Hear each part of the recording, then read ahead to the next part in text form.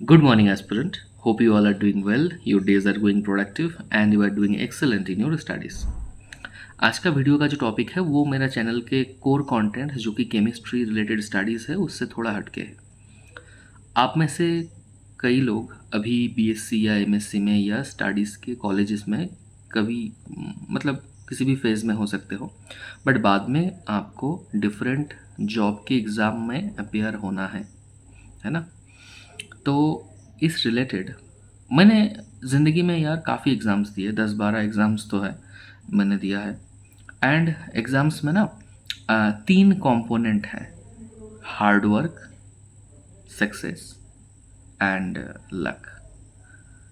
ये तीनों का कॉम्बिनेशन कैसे कैसे बनता है, इस रिलेटेड मेरा थॉट्स क्या है, मेरा एक्सपीरियंस क्या है। कुछ लोगों का थॉट्स डिफरेंट हो सकता है, मैं उसका एग्जांपल भी दूंगा, बट मेरा पॉइंट ऑफ व्यू में शेयर करूंगा। सक्सेस क्या है, हार्ड वर्क, लक क्या है, क्या इन दोनों का सक्सेस से कुछ लिंक है, क्या है, मेरा थॉट्स क्या है, मेरा एक्सपीरियंस क्या है, मेरा एग्ज़ाम एक्सपीरियंस क्या बोलता है। मैंने लगभग 12-13 के आसपास मैंने एग्ज़ाम्स दिया है, जहाँ पर मैंने लगभग 4-5 एग्ज़ाम को छोड़कर बाकी सब में अच्छा मेरा स्कोर रहा है। एंड जो एग्ज़ाम्स मैंने बताया वो जिसमें मैं सक्सेसफुल नहीं हुआ, नॉट सक्सेसफुल, जिसमें मेरा एक्सपेक्टेड रिज़ल्ट या रैंक नहीं आया, वो एग्ज़ाम्स भी इम्पॉर्टेंट है मेरे जर्नी में। अब हार्ड वर्क के लिए देखो, सक्सेस का डेफिनेशन डिफरेंट बुक्स में डिफरेंट तरीके से दिया हुआ है, डिफरेंट फिलोसोफर्स अपने हिसाब से एक्सप्लेन करते हैं। मेरे एक प्रोफेसर है आईटी दिल्ली में, उनको लगता है कि सक्सेस जो है वो सिर्फ हार्ड वर्क डिटरमाइन करता है सक्सेस क्या है, लक का उसमें कोई रोल नहीं है। It's all about hard work. Hard work मतलब क्या है, प्रॉपर प्लानिंग आप करोगे एक एग्ज़ाम के लिए। सपोज़ एक एग्ज़ाम के लिए आपका प्रॉपर प्लानिंग होना चाहिए, आपका प्रॉपर स्टडी मटेरियल होना चाहिए, ऑथेंटिक सोर्स ऑफ इन्फॉर्मेशन होना चाहिए, टेस्ट सीरीज़ आपको प्रैक्टिस करना है, सिलेबस आपको कंप्लीट करना है, क्वेश्चंस आपको सफिशिएंट प्रैक्टिस करना है, उसके बाद एग्ज़ाम में फ्रेश होके जाना है एंड एग्ज़ाम आप you can score very well in the exam. But यार मैंने जो देखा है ना एग्ज़ाम में, कुछ भी कर लो, एक लक फैक्टर एंड तक सक्सेस आपको एक लेवल तक पुश करेगा, बट एक एग्ज़ाम का जो एक्चुअल रिज़ल्ट है वहाँ पर आपको पहुँचने में, एक्चुअल रिज़ल्ट क्या है एग्ज़ाम में, सपोज़ एक एग्ज़ाम में देयर आर 50 पोस्ट, ओके। तो आपने एग्ज़ाम दिया, ऑल इंडिया लेवल एग्ज़ाम हुआ, सपोज़ 2 स्टेप 3 स्टेप में एग्ज़ाम हुआ, इंटरव्यू हुआ, उसके बाद आपका रैंक आया 52, ऑल इंडिया रैंक आपका 52 है, but total number of post 50 है। तो आपका रैंक तो बहुत अच्छा है, हार्ड वर्क आपको वहाँ तक ले गया, बट वो रैंक आपका लगभग किसी काम का नहीं है।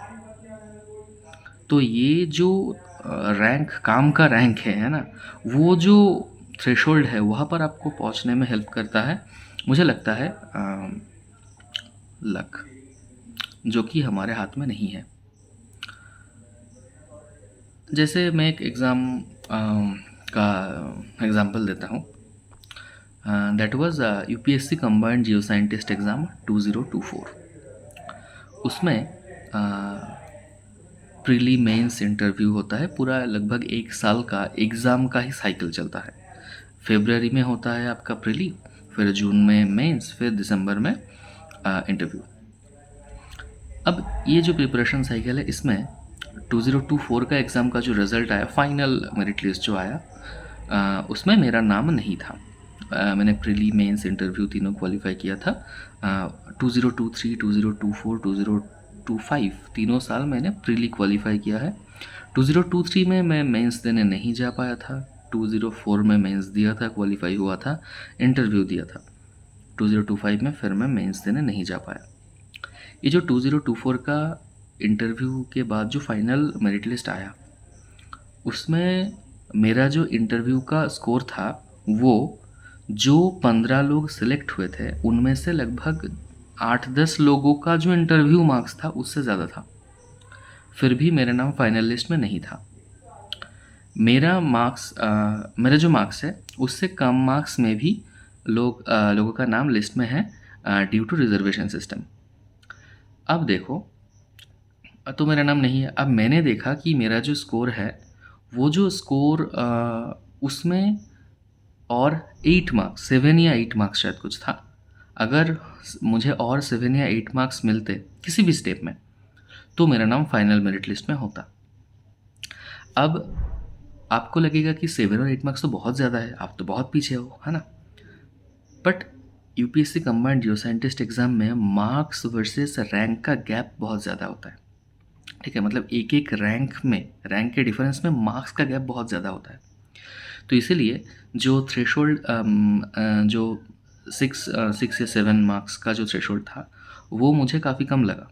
ठीक है, तो मुझे लगा टोटल 15 स्टूडेंट्स का सिलेक्शन हुआ है, 15 कैंडिडेट्स का। आई थॉट कि मेरा नाम 16 या 17 में कुछ आएगा। ठीक है, अब यूपीएससी हर साल एक रिजर्व लिस्ट डिक्लेयर करता है। जो रिजर्व लिस्ट का मतलब यही है कि उनका भी सिलेक्शन होगा। रिजर्व लिस्ट बेसिकली मेंटेन करना पड़ता है, जो अकॉर्डिंग टू आवर कॉन्स्टिट्यूशन जो रिजर्वेशन का परसेंटेज एक सीलिंग लिमिट दिया गया है उसको फुलफ़िल करने के लिए ये लिस्ट जारी किया जाता है कि रिजर्वेशन का जो सीलिंग लिमिट है उसको फुलफ़िल किया जाए। ठीक है, तो आई थॉट कि मेरा जो मार्क्स का गैप है फाइनल जो सिलेक्टेड कैंडिडेट्स है उनसे, तो शायद जो रिजर्व लिस्ट आएगा उसमें मेरा नाम होगा। बट कुछ दिन पहले आया, कुछ दिन नहीं, 1 महीना हो गया है, उसमें भी मेरा नाम नहीं था। तो जहाँ पर 8-10 मार्क्स के गैप में भी, 10, 12, 15 मार्क्स के गैप में भी रैंक्स होता है, वहाँ पर 6-7 मार्क्स का जो जोन है वहाँ पर भी 2 लोगों का नाम आया, वहाँ पर भी मेरा नाम नहीं था। तो अब क्या बोलोगे अब इसको, है ना। हार्ड वर्क, क्या ये मेरा हार्ड वर्क इसको डिटरमाइन करता है? मुझे लगता है नहीं, लक भी मैटर करता है। और सुनोगे लक, सुनो फिर। यूपीएससी में जो जियो साइंटिस्ट एग्ज़ाम है इसमें एक रूल है, कोई भी अगर स्टूडेंट फाइनल इंटरव्यू तक आता है एंड उसके बाद फाइनल इंटरव्यू के बाद मेरिट लिस्ट में आता है एंड वो फाइनली ज्वाइन नहीं करता, तो यूपीएससी ऐसा कोई वो लिस्ट नहीं निकालता कि ये वेटिंग लिस्ट में है कैंडिडेट्स। तो वो ऐसा कोई लिस्ट डिक्लेयर नहीं करता, वेटिंग लिस्ट ऐसा कुछ। जैसे बाकी एग्ज़ाम्स में होता है वेटिंग लिस्ट, काफ़ी एग्ज़ाम्स में होते हैं waiting list. Suppose waiting list में अगर सपोज़ 20 स्टूडेंट्स का सिलेक्शन होना था तो वहाँ पर 10-15 और स्टूडेंट्स को वो मेरिट लिस्ट के अकॉर्डिंग वेटिंग लिस्ट में रखते हैं। जो लोग फाइनली ज्वाइन नहीं करेंगे तो उनको वेटिंग लिस्ट से लिया जाएगा। बट यूपीएससी में ऐसा नहीं है, एज़ फार आई नो। जो वैकेंसीज होता है वो नेक्स्ट मतलब जो लोग ज्वाइन नहीं करते वो next year as a vacancy वो आता है। And as far I getting informed that 2 candidates join नहीं किया जिनका नाम फाइनल मेरिट लिस्ट में था। तो समझ रहे हो, अगर बाकी एग्ज़ाम्स की तरह ये रूल होता कि 2024 के एग्ज़ाम्स में जिनका सिलेक्शन नहीं हुआ बट वो एक मेरिट लिस्ट में है, 15 के जो 15 स्टूडेंट्स का नाम आया था, 16, 17, 18, 19, 20, वहाँ पर जो लोग हैं उनका कोई लिस्ट नहीं है, मतलब वो डिक्लेयर नहीं है। एंड कोई बीच में से कोई अगर ज्वाइन नहीं करता फाइनली तो वहाँ से लोग उठाएंगे, ऐसा कुछ प्रोविज़न नहीं है। जितना मुझे पता चला सीनियर से जो ऑलरेडी इन सर्विसेज में है। तो यही है लक। ठीक है, हार्ड वर्क एक लेवल तक आप, क्योंकि आपका एक लिमिट है, उतना ही आप कर सकते हो, लिमिट से बियॉन्ड भी आप कर सकते हो कुछ हद तक, but at the end result I think that is determined by luck. और एक इंसिडेंट बताता हूँ। मेरे ग्रेजुएशन का एक दोस्त था, हम लैब पार्टनर्स थे और हम IIT जैम की प्रिपरेशन एक साथ ही ले रहे थे। एंड हमारा प्लान यही था कि अगर जो भी IIT मिले, दोनों का रैंक तो अलग अलग आएगा, दोनों को डिफरेंट IIT मिलेगा, तो जो कॉमन IITs दोनों को मिलेगा हम वही ज्वाइन करेंगे। एंड प्रिपरेशन भी अच्छा था।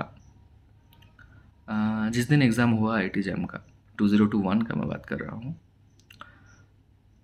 उस दिन उसका तबीयत ख़राब हो गया एंड वो एग्ज़ाम देने नहीं जा पाया। एंड फाइनली मैं एग्ज़ाम दिया, एग्ज़ाम दे के आईआईटी जैम टीआईएफआर दोनों एग्ज़ाम क्लियर। उसके बाद टीआईएफआर मेरा हैदराबाद में सिलेक्शन हुआ था एंड आईआईटी जैम के थ्रू आईआईटी दिल्ली मिला मुझे। उसको क्या कुछ नहीं मिला। नॉर्मल उसको अगर मास्टर्स करना था तो उसके पास दो ऑप्शन था, एक ईयर ड्रॉप लेके आईआईटी जैम एग्ज़ाम दोबारा देके फिर या किसी नॉर्मल कॉलेज से मास्टर्स करना। काफ़ी डिस्कशन हुआ हम लोगों में क्या किया जाए अब। फिर उसने एसएससी सीजीएल का प्रिपरेशन स्टार्ट किया and before completion of my masters उसने एसएससी सीजीएल में उसको उसका जॉब लग गया। ठीक है, तो देखो यार, एक टाइम से मतलब 2021 का जब रिज़ल्ट है उस टाइम पे लगा कि मैं ज़्यादा सक्सेसफुल हूँ, वो नहीं है।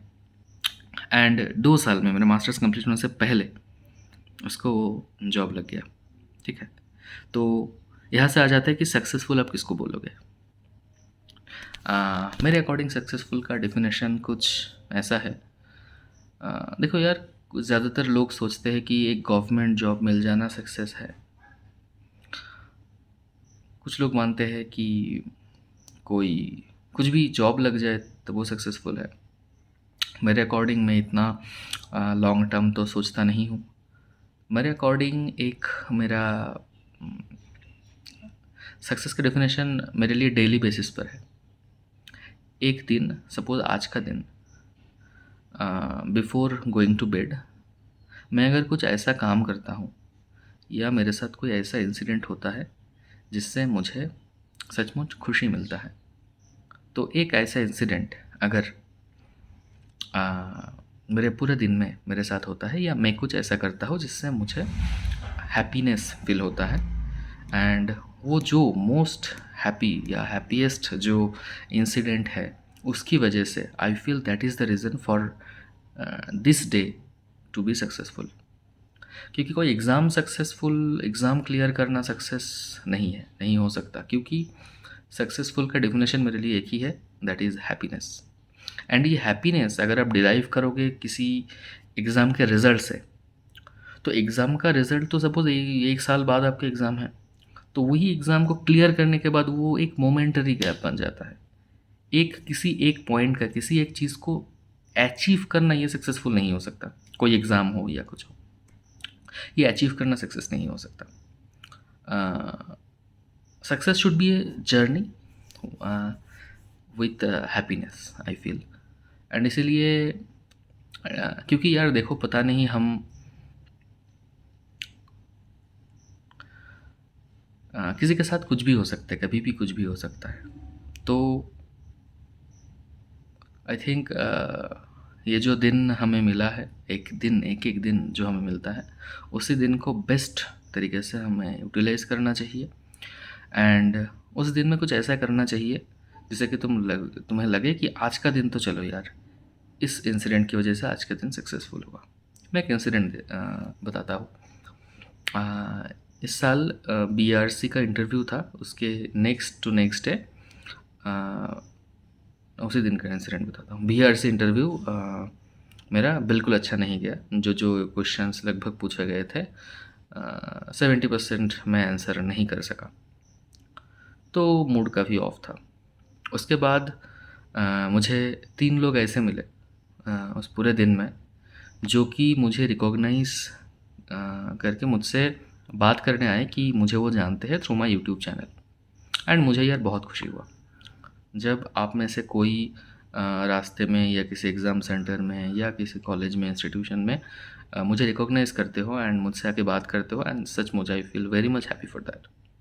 तो एक तो नेगेटिव चीज़ उस दिन ऐसा हुआ कि इंटरव्यू बहुत ख़राब गया, और ये पॉजिटिव चीज़ जो हुआ कि मेरे यूट्यूब चैनल से कोई मुझे पहचान के मुझसे बात करने आया। ये जो हैप्पीनेस है at the end of the day, I thought that day was successful because of this. तो एवरी डे मुझे हमें कुछ ऐसा चीज़ करना चाहिए जिससे हमें लगे कि आज का दिन सक्सेसफुल है।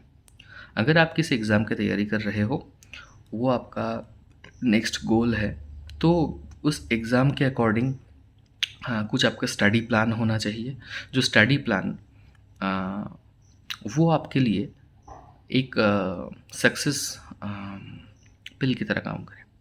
वो जब आप अचीव कर लोगे उस दिन में, तो अगर आपको खुशी मिल रहा है, तो yes you can consider that also the reason of happiness for the day. But life is not just an exam. आपको कुछ ऐसा भी करना चाहिए, सपोज़ आपने किसी का हेल्प किया हो, या कुछ चिड़िया को खाना खिलाया हो, डॉगी को खाना खिलाया हो, मतलब ऐसा कुछ करना जिससे आपको अंदर से खुशी मिले। आप कंसिडर कर सकते हो कि उस एग्जैक्टली उस काम की वजह से आपका दिन सक्सेसफुल है। 3-4 दिन पहले मैं एक जगह घूमने जा रहा था, तो रास्ते में एक अंकल मिले जो हाँ, जिन्होंने मुझे लिफ्ट दिया। एंड लिफ्ट देने के बाद एक जगह तक लिफ्ट के लिए हमने पूछा था, कुछ लोग गए थे हम। तो लिफ्ट वहाँ तक पहुँचने के बाद अंकल बोल रहे हैं आप रुको, मैं बाइक लेके आ रहा हूँ, क्योंकि काफ़ी दूर जाना था, हमें एग्जैक्ट लोकेशन जहाँ पर जाना था वो काफ़ी दूर था। तो अंकल ने बोला कि रुको, स्कूटी से नहीं जा सकते इतना दूर, मैं बाइक लेके आता हूँ, रुको रुको। तो एक हेल्प करने के बाद वो फिर दोबारा घर जाके अपना स्कूटी चेंज करके बाइक लेके आना चाह रहे हैं। तो इतना अच्छे लोग हमारे आसपास हैं। फिर हमने ऑब्वियसली मना किया उनको कि हम चले जाएंगे, उनको शुक्रिया अदा करके अ, हम फिर गए वहाँ से। बट यार ऐसे कुछ लोगों से आप मिले, मतलब मैं बताया था ना कि एक इंसिडेंट आपके साथ कुछ हो रहा हो, या आपने कुछ ऐसा किया हो जिससे आपको अंदर से एक हैप्पीनेस महसूस हो, वही है आपके लिए एक success.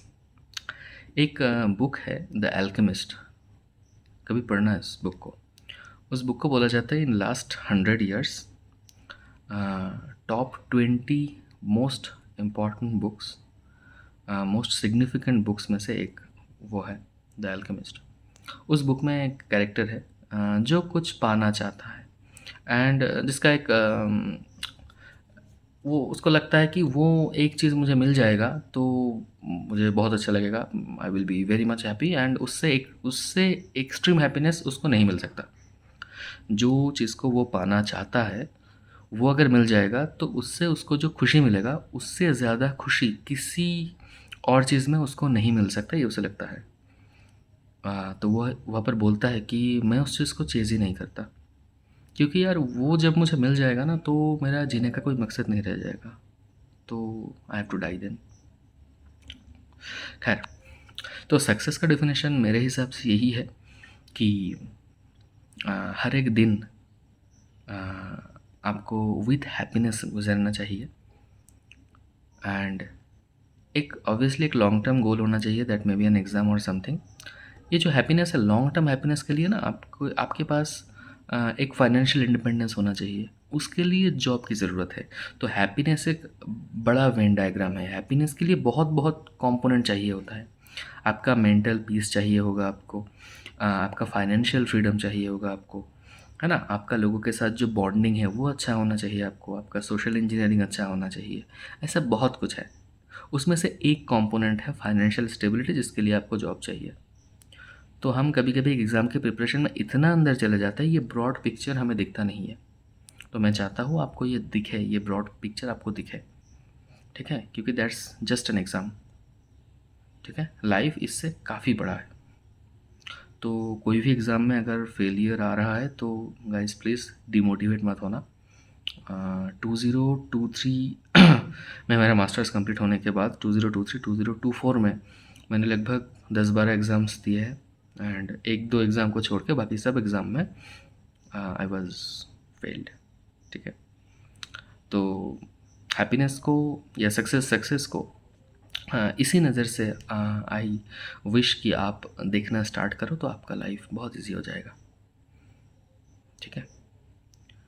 And happiness success obviously hard work and luck से बना हुआ है। हार्ड वर्क तो आपको करना ही है इन पर्टिकुलर डायरेक्शन, ऑब्वियसली डायरेक्शन बहुत मैटर करता है, एंड सिर्फ डायरेक्शन मैटर नहीं करता, ठीक है। यूट्यूब में एक इंडस्ट्री खुला हुआ है जो आपको बता रहा है कि डायरेक्शन देखो, डायरेक्शन सब आपको स्ट्रैटेजी बताने में लगे हुए हैं, बट आपका स्ट्रैटेजी, आपका पेस आप खुद बना सकते हो, एंड आपका जो पेस है उससे आपको कॉन्स्टेंटली ट्राई करना है, उसको इंक्रीज़ करना है, ओके। कंफर्ट जोन में पढ़ाई नहीं करना, क्योंकि आई थिंक कंफर्ट जोन का मतलब है एट योर ओन पेस। ठीक है, मतलब जैसे कोई डेली 10 क्वेश्चन सॉल्व कर लेता है, तो उसने यही रखा कि मैं ज़िंदगी भर जब तक एग्ज़ाम क्लियर नहीं हो जाता मैं डेली 10 ही क्वेश्चन करूँगा, तो उससे नहीं होता। 10 से सपोज़ एक हफ़्ता आपने डेली 10 क्वेश्चन किया, नेक्स्ट वीक आपको टारगेट रखना कि मैं 15 क्वेश्चन करूँगा डेली। ठीक है, तो एट योर ओन पेस इससे आगे बढ़ना है। तो इससे आपका हार्डवर्क इंश्योर हो जाएगा, एक प्रॉपर डायरेक्शन आपको चाहिए। इसके लिए आप जो उस एग्ज़ाम में सक्सीड हुए हैं ऐसे लोगों से, या जो लोग सक्सीड नहीं हुए या प्रिपरेशन साइकिल में थे तब भी, तो उनसे आप सजेशन ले सकते हो। क्योंकि ज़रूरी नहीं कि जिन्होंने एग्ज़ाम क्लियर नहीं किया वो डिज़र्व नहीं करते आपको कोई सजेशन देना। ठीक है, क्योंकि यार सीट्स लिमिटेड है, ऑब्वियसली कुछ लोगों का ही सिलेक्शन होना है। जिनका नहीं हुआ, हो सकता है लक फैक्टर की वजह से नहीं हुआ हो, या जिनका फेलियर जो उस एग्ज़ाम में जिन्होंने उस कट ऑफ को क्लियर नहीं कर पाया, उनके पास भी एक अच्छा खासा एक्सपीरियंस होता है and they can guide you. तो वहाँ से आप गाइडेंस ले सकते हो। एक कॉमन गाइडेंस या सबके लिए एप्लीकेबल नहीं होता है, मॉडिफाई करना पड़ता है। मैं एक IIT जैम प्रिपरेशन स्ट्रेटजी का वीडियो बनाया था चैनल में, 1 साल हो गया लगभग उसको। वहाँ पर भी मैं ऐसे बनाया था कि जैसे आप अपने अकॉर्डिंग उसको मॉडिफाई कर सको। ठीक है, तो प्रिपरेशन स्ट्रैटेजी ऐसे ही बनाया जाता है। एक फ्रेमवर्क होता है, उस फ्रेमवर्क के अंदर आपको एलिमेंट्स अपने अकॉर्डिंग डालना पड़ता है। तो ऐसे आप अपना हार्डवर्क इंश्योर करोगे। लक लक के बारे में मेरा जो थॉट्स हैं लक के बारे में वो ऐसा है कि यार जो हमारे लिए सबसे अच्छा है ना, भगवान हमको वही देगा। अगर एक एग्ज़ाम में सक्सेस भगवान नहीं चाहते कि उस एग्ज़ाम को क्लियर करके आप वो, तो कितना भी कोशिश कर लो, अंत में वही होगा जो भगवान चाहेंगे। ठीक है, जिसी भी गॉड पे आप मानते हो, मेरा मानना यही है कि जितना भी कोशिश कर लो, अंत में वही होगा जो भगवान चाहेंगे। तो आ, तो भगवान के ऊपर, भगवान के प्रति जो समर्पण है ये रहना चाहिए हमारे अंदर। ये हमें डाउन टू अर्थ भी रखता है। एंड जो भगवान का जो प्लान है ना आपको लेकर, कि आपको आपको सपोज़ कुछ एग्जैक्टली XYZ बनना है, बट आपके लिए बेस्ट सपोज़ XYZ नहीं है, PQR ऐसे कुछ एलिमेंट्स है आपके लिए मोस्ट सूटेबल, तो भगवान आपको वही देगा। ठीक है, एंड मुझे लगता है कि भगवान अपना जो प्लान है, जो आप चाहते हो, यू कैन जस्ट प्लान, है ना। Finally you can just plan, but God decides what is best for you. And इसके लिए आई थिंक गॉड आपके लिए जो बेस्ट है ना, गॉड उनको इम्प्लीमेंट करता है in terms of luck factor की वजह से ही फाइनली आप एग्जैक्टली जो अचीव करना चाहते हो वहाँ पर जाते हो या उससे बाहर होते हो। ये जो लक फैक्टर है उससे ही गॉड जो अपना प्लान है आपको लेकर उसको एग्जीक्यूट करता है। सो गॉड एग्जीक्यूट हिज और हर plan through this luck factor, मुझे ऐसा लगता है। तो हमें भगवान के ऊपर, भगवान के प्रति समर्पित रहना चाहिए, जिससे हम समझ सकते हैं कि ये मेरे हाथ में नहीं है। ठीक है, तो जो मेरे हाथ में है, हार्डवर्क मेरे हाथ में है, लक मेरे हाथ में नहीं है। तो हमें ज़्यादातर काम करना चाहिए हार्डवर्क पर, एंड लक के लिए भगवान के ऊपर भरोसा रखो, जो होगा अच्छा होगा। जय श्री कृष्णा, राधे राधे।